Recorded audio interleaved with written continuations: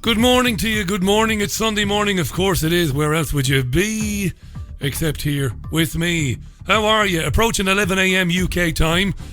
A summertime, British summertime. Jesus, we've had a summer. Scorching again.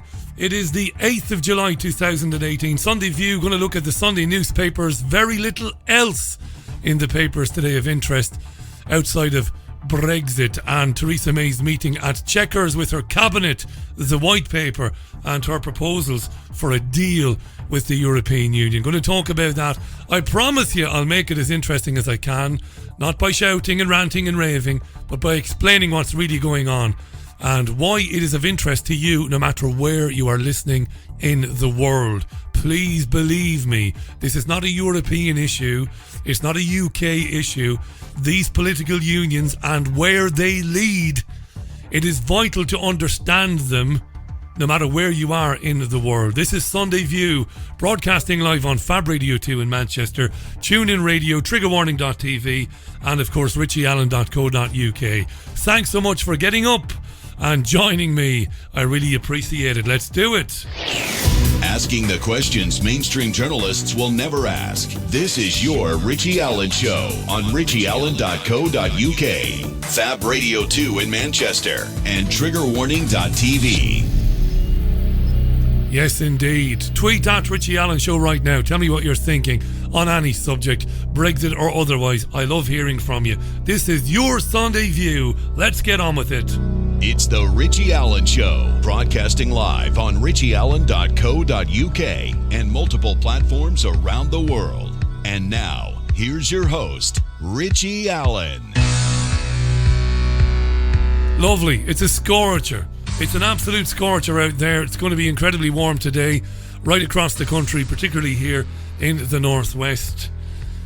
Are you enjoying it, I wonder? Or are you like Peter Hitchens writing in the Sunday Mail today, who says he hates football and the weather in equal measure? I don't know what to make of that. I've never hated anything. I rant about things from time to time. I might sound like I'm angry about things, and I do get angry, but I don't hate anything.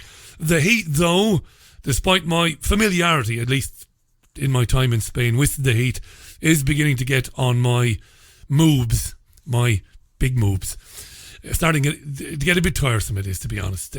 But as for the footy, well, I'm a bit indifferent these days towards the football. But if you are a football fan and you're an England football fan, you must be excited about events yesterday, and you must be looking forward to Wednesday. And who am I to pinprick your balloon, to burst your bubble, as it were? I'm not going to do that. Do you know, just before I look at the papers, I want to mention something. Talk a lot. I talk a lot, full stop. I talk a lot on this programme about the media and how the media operates in the United Kingdom and around the world. And I just want to... There's a perfect illustration of what I talk about happening right now in the media, and that is the coverage of the attempted rescue of the 12 young boys who are trapped with their coach in a cave in Thailand, which can't be funny, amusing, pleasant for the boys in the cave or their families, of course, who must be absolutely shitting themselves. Who would want to be in a situation like that? And, you know, any human being seeing that story will look at it and go, well, I hope they get out. Full stop.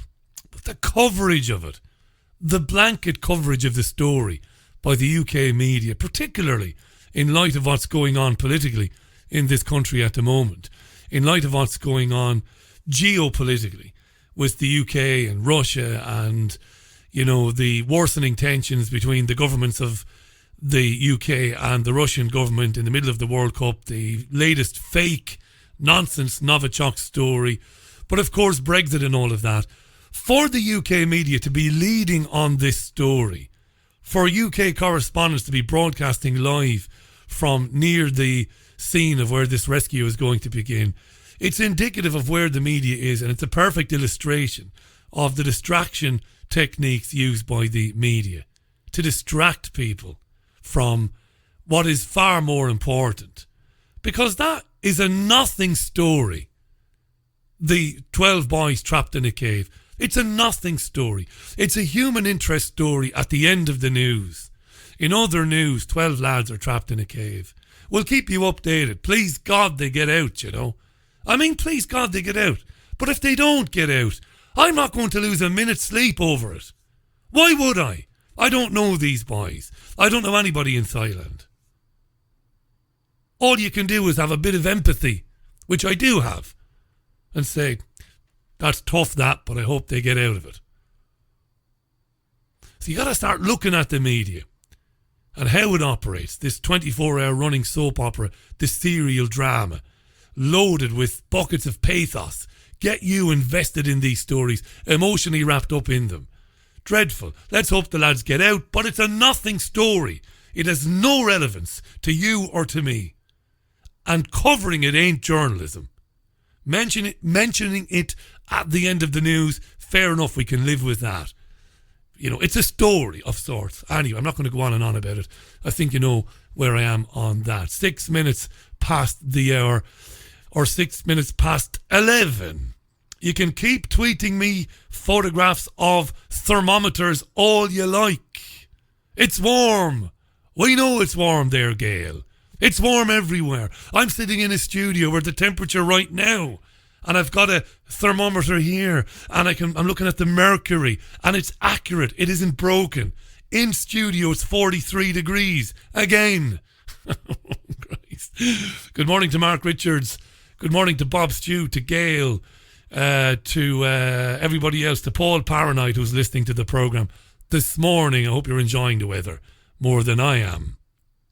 Spare a thought for the oft-mentioned future Mrs. Allen, Caroline herself, my partner in crime, as it were. She's off to Budapest for the week with her company on a jobs, on a work thing. It's not a holiday, it's a work thing. And apparently she's heading into horrendous temperatures there this week. From the frying pan into the fire, it sounds. Anyway, Brexit, I'm afraid. It's very important to talk about what's happening and why. And again, just a word, because people are so easily triggered these days. I'm sure I'll get it later, you heartless bastard. I'm not heartless. I don't know these 12 lads. I shouldn't be getting up to 15-minute coverage at the top of every hour, BBC and Sky, coverage of these boys. It isn't news. It's not relevant. It's what I'm trying to explain as I go along, how the media works. Don't talk about the Brexit stuff. Much, anyway. Don't do your job and dig down into what's really going on and actually represent the 52% who voted for leave and hold these criminal, treacherous tyrants, hold their feet to the fire and demand answers. Don't do that. Give us stories about boys trapped in a cave. Right, okay. Let's look at the front pages of the papers and see what they're saying. It's all Brexit except for the tabloids, which understandably, because they are the tabloids are full of the football stories. England's triumphant victory yesterday and their last 4 appearance against Croatia next Wednesday. The Sunday Observer is a pro-European Union. It's a progressive politics cheerleader. It's a lefty paper. Being on the left used to be something that you could brag about many moons ago. Not anymore. Their headline is, May's European Union deal under fire from business and hardline Brexiteers. So what went on at Chequers then? What is May's proposition? What are the proposals? We'll hear about them as we go along. I'll read you from the Sunday Observer. Theresa May's desperate attempts to unite her party and country behind a new Brexit blueprint were under severe strain on Saturday night as more than 100 entrepreneurs and founders of UK businesses dismissed it as unworkable. And hardline anti-EU Tory MPs warned it could mean an outcome worse than no deal at all. There were also signs that Brussels was less than impressed, of course, after an initial examination of the plans, which were thrashed out and agreed by the Cabinet, the entire Cabinet, at an all-day summit meeting at Chequers on Friday. So there was a letter released last night, Saturday night, and it was written by the co-founder of Innocent Drinks, Richard Reid, and signed by the founders of Pret, Waterstones, Zoopla, Net-a-Porter, Domino's, Yo, that's Yo Sushi, and Jack Wills, among others. They said May's customs proposal would be costly and bureaucratic for UK businesses, and, tellingly, they called for members of Parliament to back amendments to the government's trade and customs bills that would secure full customs union membership when the legislation is considered in Parliament. Lovely. Now, from the other side of that argument, so the businesses are saying this is not good enough, we want full customs union membership. And on the other side, the so-called Tory hardliners, the hardline Brexiteers, and the European Research Group, led by Jacob Rees-Mogg, they have basically been asking overnight whether this deal by May or this blueprint actually means leaving at all. It doesn't, of course. Jacob Rees-Mogg, whom we will hear from in a minute, warned that abiding by a common rule book could make trade deals even almost impossible, and that this is possibly a deal that's worse than a no-deal Brexit. Tory MP Andrea Jenkins said the danger was that British business would continue to be a rule taker from the EU. She's right. Jenkins indicated that she would back a leadership challenge against Theresa May if she concluded that the plans agreed by Theresa May amounted to a watering down of Brexit, which they do, because I have scrutinised the plans, dear listener, as you'd expect. The Sunday Times front page headline: May tells Brussels, now get serious. May tells Brussels, now get serious. There is a subheading, but Boris brands PM's deal a turd. A turd. Poo, basically. A stool. Right. In the crunch talks at Chequers on Friday, the Cabinet agreed a deal that will see Britain tied to EU rules on the sale of goods and farm products forever. This is true. Force British courts to take account of the rulings of the European Court of Justice. This is true. And that May would give preferential access to Britain for EU nationals. This is all true. This is what May is proposing. Right. Basically that we stay in, but that we pretend to be out. How about that then, Michel Barnier? Let's stay in, but pretend to be out. Apparently at the meeting, in full view of May and the other cabinet members, Johnson declared these plans a big turd and said that anyone defending them would be polishing a turd. But then, like the flip-flopping, ridiculously haired fuckwit that he is, Boris backed down and gave May his support. Yeah, he did actually do that. More than one MP texted, this is apparently true. The Sunday Times is saying that some MPs have texted Boris Johnson, the Foreign Secretary, warning him that he had 2 days to resign and lead a rebellion against Theresa May, and that if he doesn't, he will never be Conservative leader. That's what the Sunday Times is reporting. Other MPs are saying to Jacob Rees-Mogg, you do it, Jacob. You be our new Churchill. What did Theresa May say about these rebellions, the possibility? She said the only challenge that needs to be made now is to the European Union to get serious about this, to come around the table and discuss it. Ian Duncan Smith, former Tory leader, told a Tory WhatsApp group that May's plans would leave Britain locked into the European Union in a way that would cripple our competitiveness and would be totally incompatible with her status as an independent state. Yes, of course. Who predicted this the day after the referendum? Well, it might be the only thing that I got right in the last 2 years in terms of my predictions. But this is what's happening in front of our eyes. Rebel MPs accusing May of letting negotiations with Brussels descend into complete capitulation. Well, of course it's capitulation. What does the Sunday Telegraph say? It's purportedly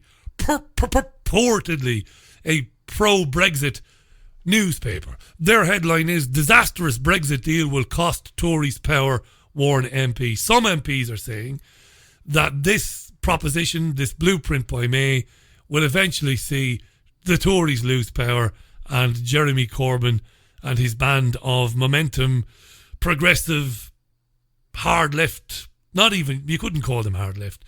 What would you call them? Multicultural progressives, Marxist progressives will come to power. That's what some MPs are warning. So disgusted are they with Theresa May's plans. The Mail on Sunday, Boris in 4-letter attack on May, same story. Johnson calling the deal, or the proposed deal, the blueprint, a turd. And as I said, in the tabloids, it's all football, foosball in the tabloids. Let's hear from some of the main players. Jacob Rees-Mogg spoke with BBC Radio 4 yesterday. When I say main players, Mogg is not in the cabinet, but he's a main player in terms of the possibility of a rebellion against May and against this deal. He is allegedly, Mogg is a hardline Brexiteer. So Jacob Rees-Mogg spoke with the BBC Radio 4 team yesterday. He was initially cautious and reluctant to criticise the blueprint from May and the cabinet for signing off on it. But the presenter did press Jacob Rees-Mogg, and then Jacob Rees-Mogg did open up a little bit. Here he is. The Common Rule Book, we don't need the detail. Do we know what the Common Rule Book means? What it means is effectively staying in the single market for goods. So people who are hoping, manufacturers who sell most of their goods outside the EU and might have been hoping for a different set of rules to allow them to compete with people in China, for example, will not be allowed to do it. They will have to stick to European rules. Does that mean Brexit means Brexit? If your interpretation is correct, it would also make trade deals almost impossible, because we would be applying those rules to goods coming into the UK. And in trade deals, non-tariff barriers are more important than tariff barriers. And we need to have the flexibility to accept equivalence of rules from other nations, that to say that other nations have standards that may be achieved differently, but achieve the same end result. If your interpretation is correct, that is not something that when it comes to legislation I will vote for. I will stick to the Conservative Party's manifesto commitments, because this is where the advantages of Brexit come from, dealing with the 90% of growth that's coming from outside the European Union in future decades. If every newspaper and every commentator is right that this represents what people often call a soft Brexit, in other words, something rather close to many of the arrangements we currently have with the EU, would you believe that such a deal was better or worse than no deal at all? No deal is better than a bad deal. And the thing to remember... But this deal, if we put this deal is what matters. Well, we don't have all the details on this detail. It is possible that this deal is worse than no deal, is it? As with eggs, an egg that is very softly boiled isn't boiled at all. A very soft Brexit means we haven't left, we simply are a rule taker. That is not something that this country voted for. It's not what the Prime Minister promised. The Prime Minister will, I'm sure, stick to her word. That is crucially important. But I will certainly stick to the Conservatives' manifesto commitments and will not vote for something that doesn't deliver Brexit. You see, the newspapers are reporting that interview, and they are reporting it as that Jacob Rees-Mogg has come out very strongly against this blueprint, but he hasn't, has he? If you listen back to it, just rewind it. If you're listening on YouTube later, if you're listening on Podomatic, rewind it. He hasn't. The Prime Minister will stick to her principles, and I'll stick to the manifesto, and a soft egg isn't boiled at all, and all this fucking bollocks. The blueprint is there in front of your eyes. You don't have to wait for the white paper. They are doing what we predicted they would do. They are ignoring the result of the 2016 in-out referendum, where 52% of the people said we've had enough of the European Union. They're ignoring it.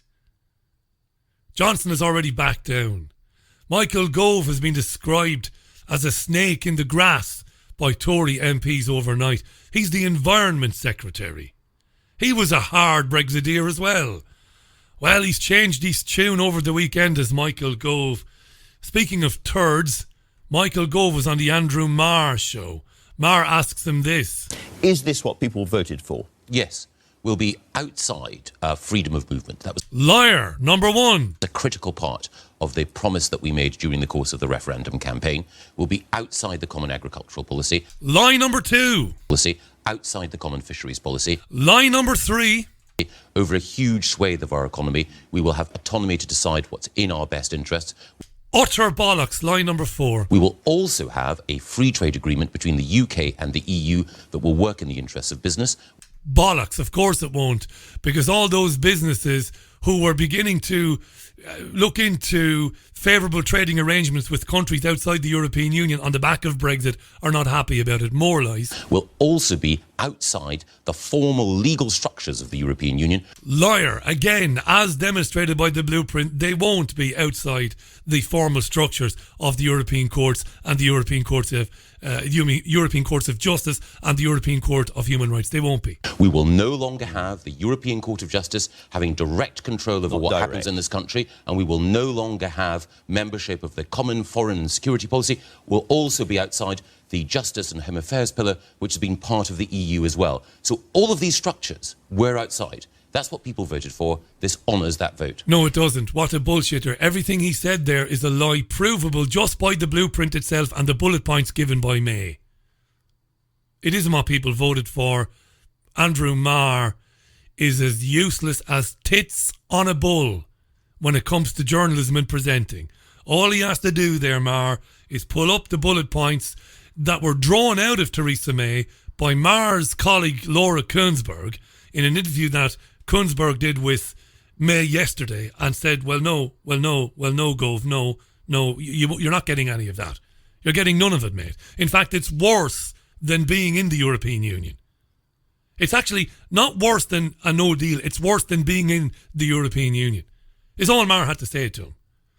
What about the enemies that Gove and the Brexit traitors are now making in the Tory party? Marr says this. Let me read you some real outrage. This is something that's been passed around the European Reform Group, of which you're well aware.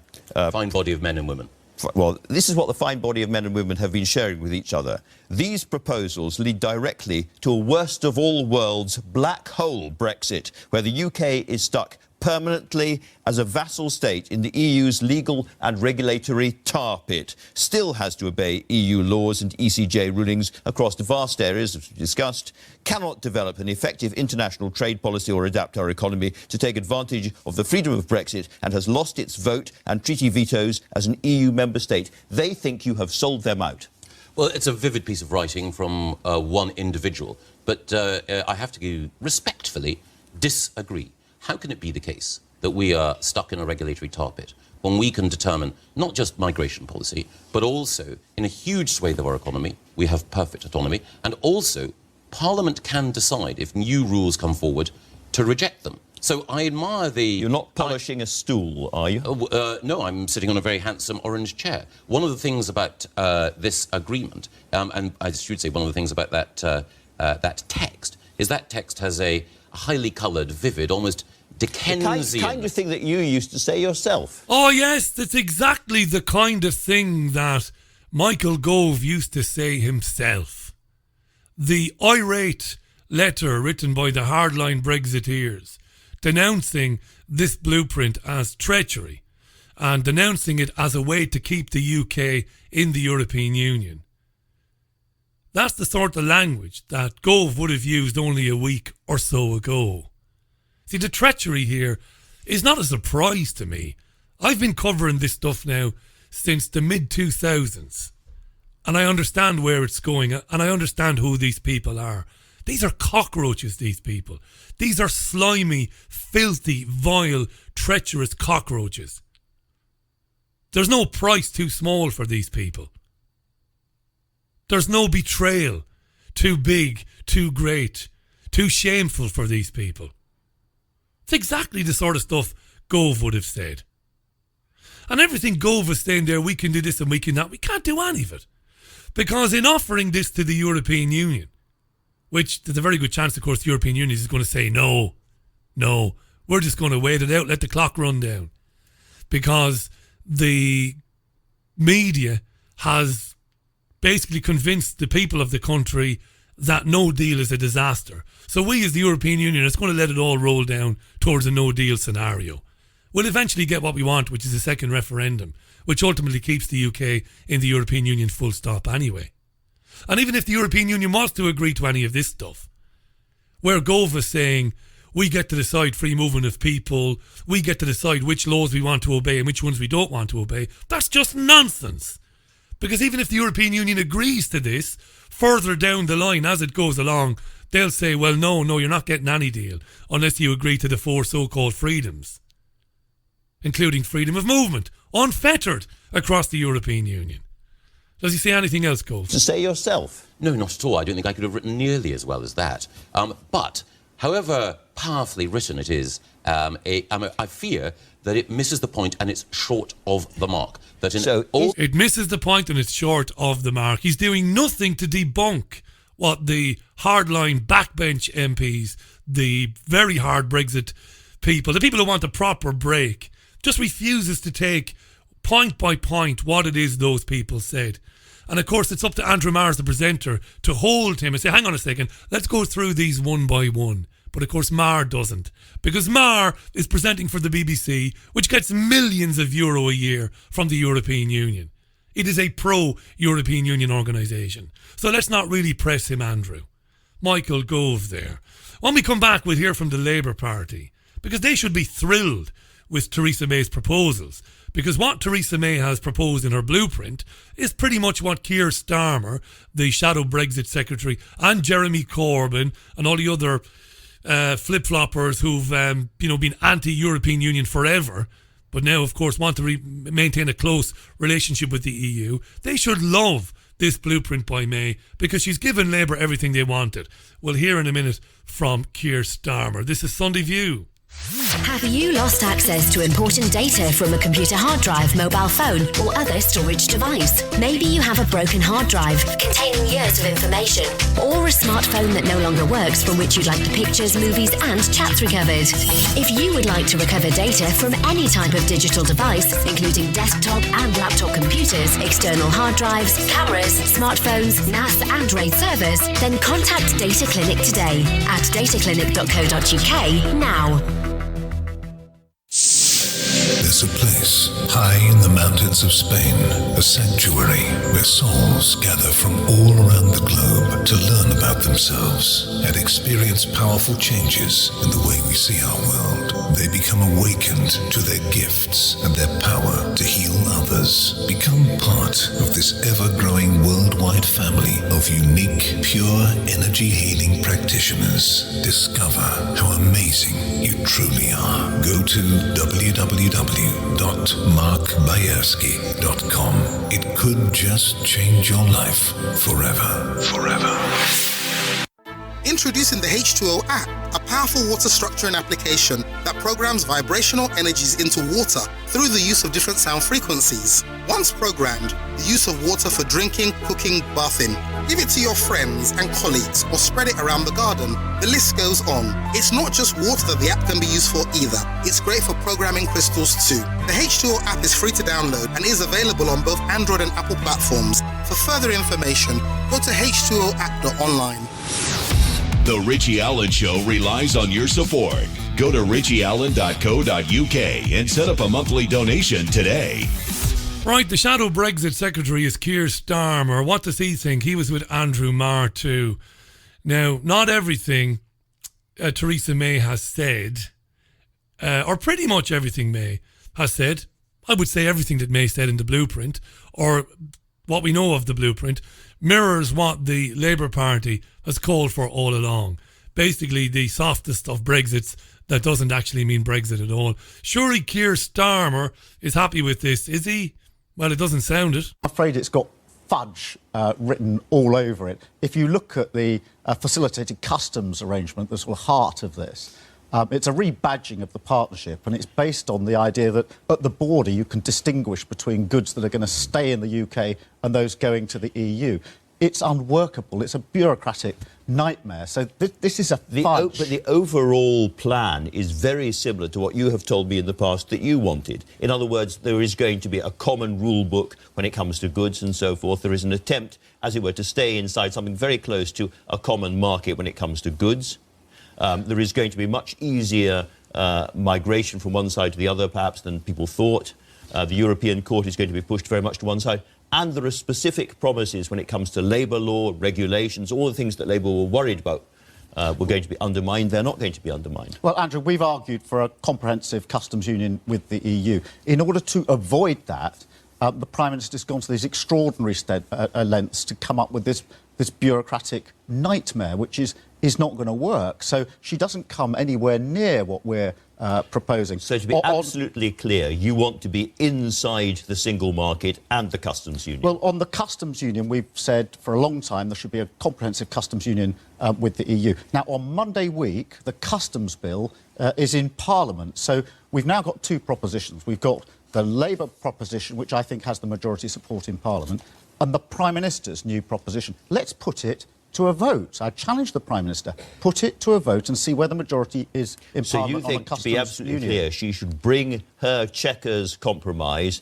to the House of Commons, enshrine it in law and put it in front of MPs? She's got the opportunity Monday week. We've got amendments down saying have a customs union with the EU. That's got cross-party support. There are amendments down from Tory rebels on this. Put it to a vote so that we can actually see where the majority in Parliament is on this. Yeah, he ignored the part of the question that dealt with the single market. You know, Corbyn has said all along, we'll be leaving the single market. Free movement will end. This is a lie, you see. It's a lie. And again, Maher should have said to him, well, what about the single market? You're changing your tune on that as well.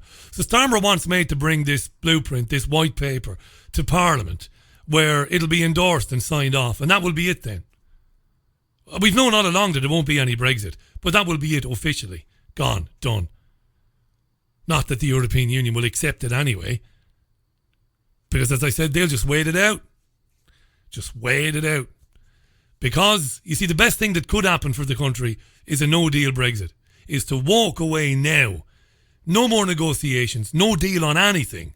Walk away. Revert to World Trade Organization terms for trading with the European Union as an outside state, which are far more favourable terms than the terms being discussed now. Get out. But of course the media, as I've said earlier on, and politicians and businesses have convinced the public that leaving without a deal is some sort of disaster. That's where the public are now. They've been convinced, mind-fucked effectively, into believing that leaving with no deal is disastrous. Therefore they won't support it. Therefore the European Union can say, nah, we don't like this new blueprint. Nah, no thanks. We'll just wait for the whole thing to collapse and until there's a change of government or whatever. We'll just wait. Second referendum. These are the options. What about free movement? What did Keir Starmer say about free movement? Remember, most people voted. Most people surveyed who voted to leave were concerned about wages being driven down in this country, by an influx of low-skilled migrants coming from countries that recently joined the European Union and the like. What about freedom of movement? We've got something called a labour mobility framework now from the government, which is a system which sounds like there's no visas for people who've got jobs to come from the EU and work here and vice versa, which again is quite similar to what you suggested about easy movement of people after the EU. Would you go further? Would you give EU citizens priority over people from other countries? Well, Andrew, we'll have to see what the detail is on the Prime Minister's proposal because she's not been clear. There is a white paper later in the week, so we'll see what that says.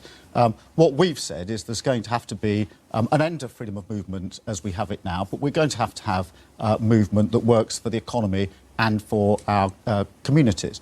And the economy needs people to be able to cross borders to work, to cross borders into the EU and from the EU into here. There's no better example than the NHS. So I think any sensible proposal going forward is going to see an ability of people who are working either here or in the EU to be able to do that. Did you understand that? Just to reiterate, this is what he said. But I accept the principle that if you want the right deal with the EU, and we do, that is going to involve preferential treatment for EU citizens. Imagine that, you know, if you want the right deal with the European Union, and I do, It's going to have to, we're going to have to give way on the principle of free movement of people. You see, the United Kingdom, the people of the United Kingdom chose to leave the European Union. But from the get-go, this country, David Davis, the Brexit secretary, working for the Prime Minister Theresa May, allowed the European Union to dictate the frames of reference, to dictate the terms in terms of how the negotiations would proceed. And that doesn't happen anywhere else in life. If you're leaving, I've said this a million times, the analogy, if you're leaving the gym that you have a membership of, if you subscribe to Netflix, right? If you use a certain internet provider service and you decide to leave, they come begging you to stay. They come with all sorts of offers and incentives and enticements to get you to stay. They don't say, well, you can't leave for a period of 2 years, and in the meantime, we've got to discuss what our relationship is going to be afterwards. And by the way, we will put on the table a whole pile of regulations around how those discussions are framed. You just fucking leave, is what you do. You leave. And you say, we might do business with you again in the future. I might come back to this gym every now and then. I might get Netflix maybe for 1 month out of every 3. Or I might use another internet service provider for a while, but I might come back to you again in the future, depending on what your terms are. That's how it works. Not that the fascist dictatorship union tells you, oh no, you can only leave on our terms, which amount to you not leaving at all. It's crazy. Here, Andrew Marr challenges Starmer gently, very gently of course, on the 4 freedoms and the fact that the fact that Labour wants an even softer Brexit than the one May is proposing. So, as some commentators think, if the EU looks at this and says, do you know what, we can see the direction you're going, we're going to take you further, we want to blur the red lines further, we want to take you into the customs union and the single market, and you must accept the 4 freedoms. By and large, Labour would go along with that. Well, we'll have to see what the response of the EU is. Businesses are already showing some unease with the current arrangement. We'll see what the EU says. I do want the EU to be flexible and constructive about this. I do think there's a feeling that too quickly the EU has rejected any basis for a slightly different negotiation. But why? Why is the EU very quickly rejecting any alternative arrangements for a future relationship? Because of the reason I gave a minute ago. It's going to drive it down to the wire till May is forced out, till there's a huge split in the Conservative Party, which will trigger a general election. Or if that doesn't happen, Parliament will take over from May, even if May remains as Prime Minister in a Tory minority government. But Parliament will then come in and say, well, we take over the negotiations now because we can't allow a no-deal scenario.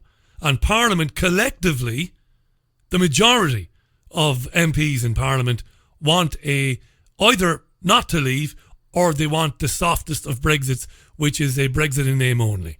This is where it's heading. There's going to have to be a negotiation. Whatever the final customs union arrangement is, whatever the final single market deal is, it's going to have to be negotiated. It's going to have to be tailored to the UK, obviously with the right balance of rights and obligations. But there has to be something that removes the hard red lines of the Prime Minister on the one side and sometimes the inflexibility of the EU on the other. That's why I think it would be sensible for the Prime Minister to go with what the majority in Parliament want and then to go forward with that authority. So for people seeing these things in... What the majority in Parliament want. You see the way the language has been changed. The Prime Minister needs to go along with what the majority in Parliament want. Yeah.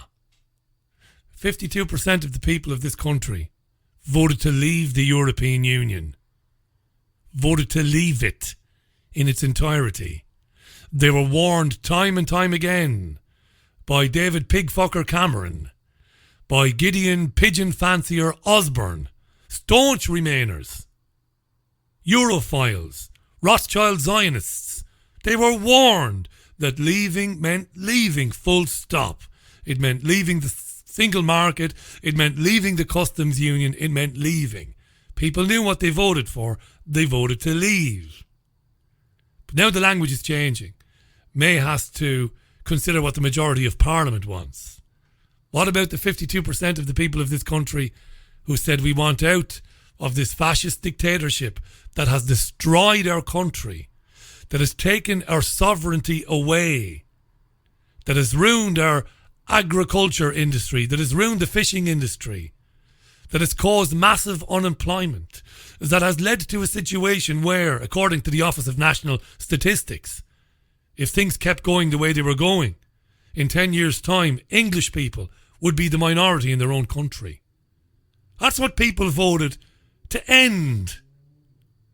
But now we're talking about what Parliament wants. In very simplistic terms, and saying that the Prime Minister has gone soft, as it were, in terms of the kind of Brexit she wants. The Labour position is we want to be even softer. Well, I don't think the soft hard works. She seems to have rejected some of the fantasies of the hard or more extreme Brexiteers. That is a good thing. But in order to save face and say, but I still am outside a customs union and single market deal, she's gone for a fudge, and that has got to be cleared up. Yeah, she's gone for a fudge. What she's gone for is exactly what Labour wanted. But now that Labour have got that, and of course Labour is still run by, it's not run by Corbyn and McDonnell and the people in the background like Seamus Milne and all that. It's not run by those people. It's still run by the Peter Mandelsons of this world. It is. And we've demonstrated this clearly in programmes gone by. So now that May has given the Labour Party the ridiculously soft Brexit, which isn't a Brexit at all really, they're going to go for the jugular now, which is what they're doing. Last bit of audio from Keir Starmer. What about a second referendum? You know, this is just a total mess now. This is a total mess. Why don't we just have a second referendum and be done with it?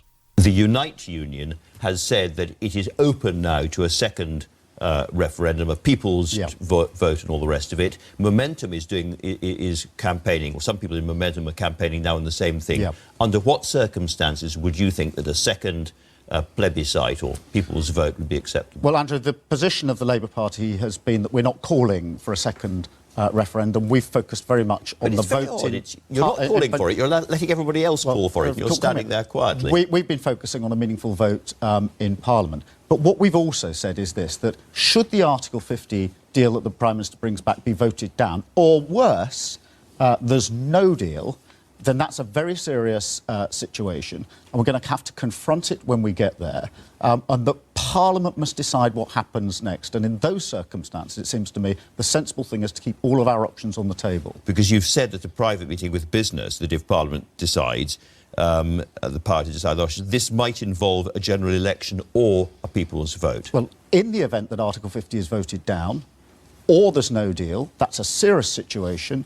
Parliament should decide what happens next, and at that stage there could be a general election, there could be other options, but all options, it seems to me, ought to be on the table, because that's a situation we have to avoid at all costs. Yeah, you see, there we are again. Second referendum is on the table. This isn't a vote on the deal, by the way. They're talking about a second referendum. Let's ignore the first referendum result. Let's have a second one. It's extraordinary, the tyranny.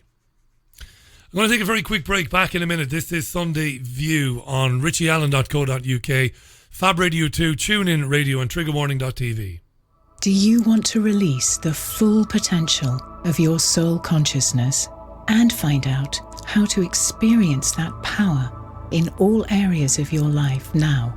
Go to livingasyoursoul.com for free guidance with in-depth how-to articles, free healing meditations of creation recordings, free soul solutions, and much, much more.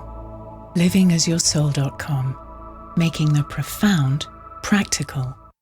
Have you lost access to important data from a computer hard drive, mobile phone, or other storage device? Maybe you have a broken hard drive containing years of information, or a smartphone that no longer works from which you'd like the pictures, movies, and chats recovered.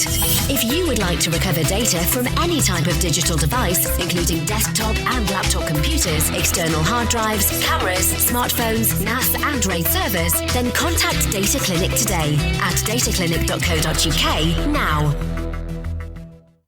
Introducing the H2O app, a powerful water structuring application that programs vibrational energies into water through the use of different sound frequencies. Once programmed, the use of water for drinking, cooking, bathing.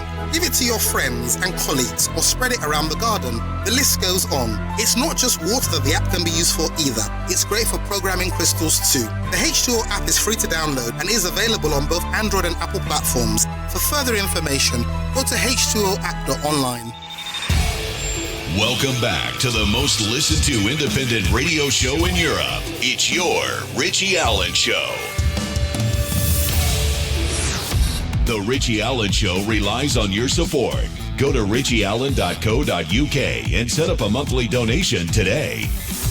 And you see a lot of younger people getting absolutely hammered on social media, because when you see these pro-European Union demonstrations, which of course are covered by the media in a way that the anti-European demonstrations are not, anti-European Union I should say, demonstrations are not covered.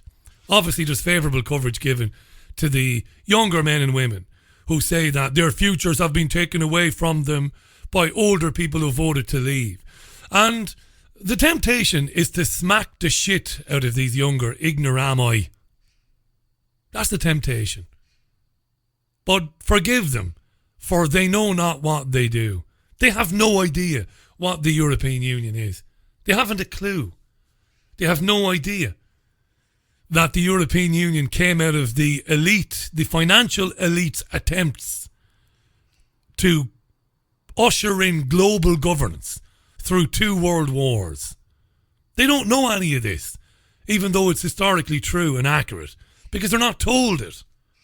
You can hear the birds in the background there. I've got all the windows open in the studio. I have no choice.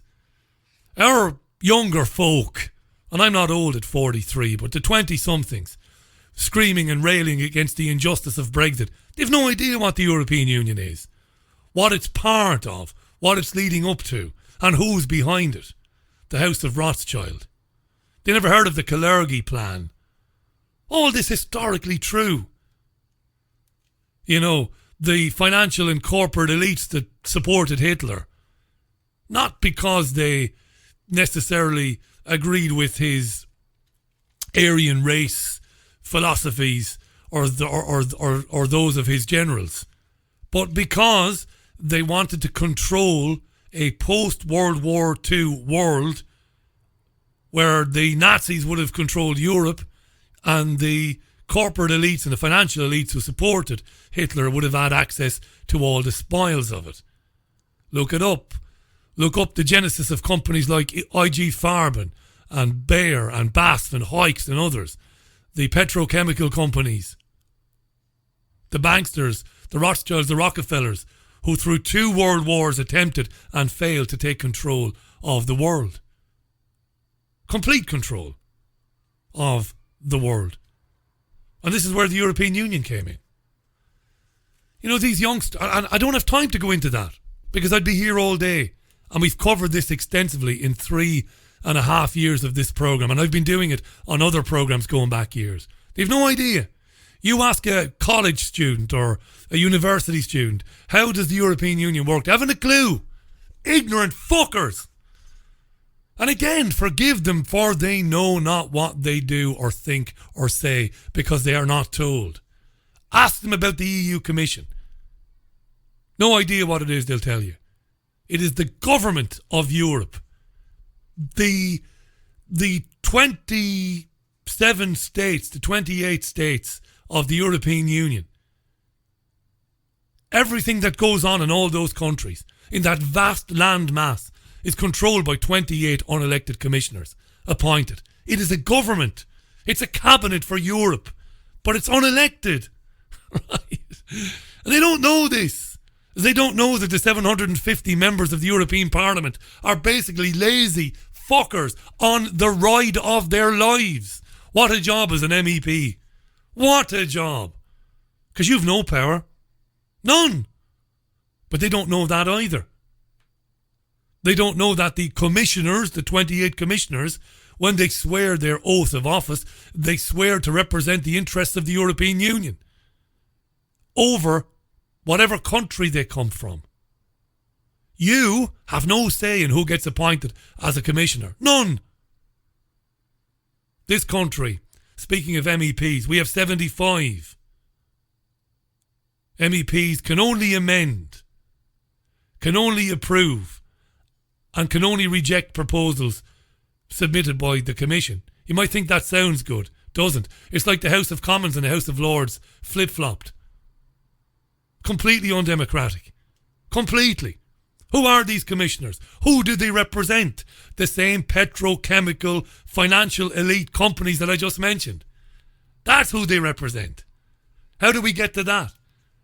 And of course the Lisbon Treaty basically, and nobody understands this because it's not spoken about on national television and radio. It's not written about in this country. The Lisbon Treaty supplanted democracy in every European country. And you have wankers like James O'Brien on LBC, pro-Remainers, insulting his listeners, bringing on poor folks who phone up and who don't have the lexicon, don't have the vocabulary, are unused to being on the radio. Brings them up and challenges them. What do you mean rules? What rules and regulations are you talking about? Insulting people. And of course they're caught on the hop. They can't answer him. Everything that happens in this country, I could name. If I was here for another hour, I could be here for hours naming rules, regulations imposed on this country by the European Union, by these commissioners. 28 unelected commissioners. A government that answers to nobody. Well, of course it does. The House of Rothschild. The companies I mentioned, Rockefeller, Warburg. That's what it is. And you have young people out in the streets saying, you've taken my freedom away from me. You've destroyed my future. There's no future in the European Union. 6 treaties got us here.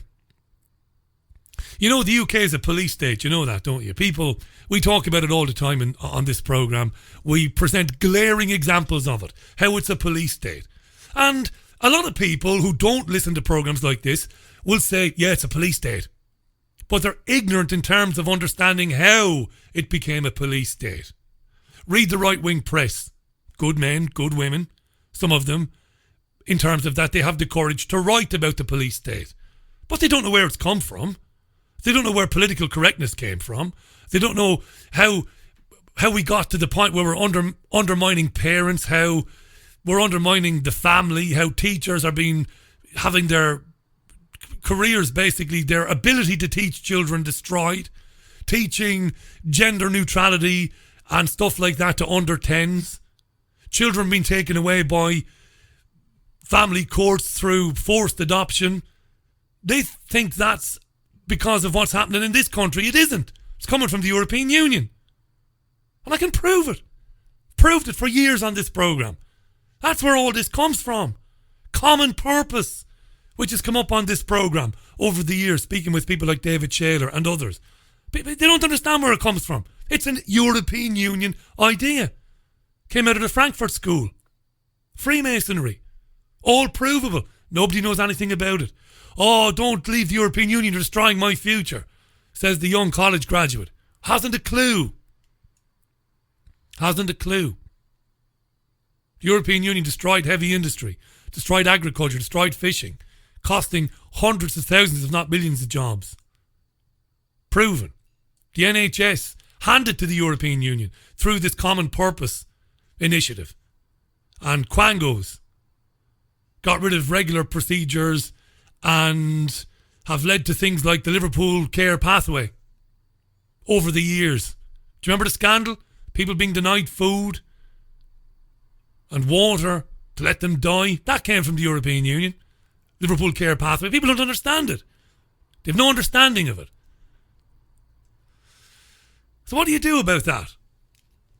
They just don't know the basic stuff. This is basic stuff and it's true, all of it. Why am I getting annoyed? I said on the 24th of June 2 years ago we'd never leave the European Union. And we're never leaving the European Union. Because central part of the campaign, of the agenda to control every single man, woman and child on planet Earth is to take control away from the hands of the many and give it to the hands of the few. Centralised power. The greatest lie ever told was that the European Union was a great idea, that it would ensure that there was peace on the continent of Europe and that we'd never see a situation again where Europe was at war, blah, blah, blah, blah, blah. Sounds very noble, sounds very brilliant. But that had nothing to do with it. Nothing. This is new to you. Look up the Kalergi Plan. Look up IG Farben. Look up petrochemical companies and financial elites supporting the Nazis. Look up the real reasons behind the First World War. The same financial elites. Order out of chaos. That was the plan. And it failed twice. Hence the European Union. Look up Lisbon Treaty. Supplants democracy in every European country. Just look it up. It's a fact. The minute the Lisbon Treaty was signed, our parliament became redundant. As did the parliament in the Republic of Ireland and France and every other country. If I'm boring you to death with stuff, you know I'm sorry. But there are people listening to this programme for whom this is new and they've never heard any of these stories or any of these concepts. So I'm going to go because it's sweltering. I'm back with you tomorrow at 7 p.m. UK time, definitely tomorrow evening, where I'll be talking about this with David Vance in the forest there, but I will be talking about something completely different in hour 2. That was Sunday View. Thanks for listening to it. Look after yourselves and one another. Get out and get a bit of sun, folks. Don't despair, I suppose, after an hour of doom and gloom, which it often, which it isn't very often. But I can't find any positive slant on what's been going on. I really can't. But we'll try and find some tomorrow. Enjoy the rest of your Sunday, and I'll see you tomorrow. Bye for now.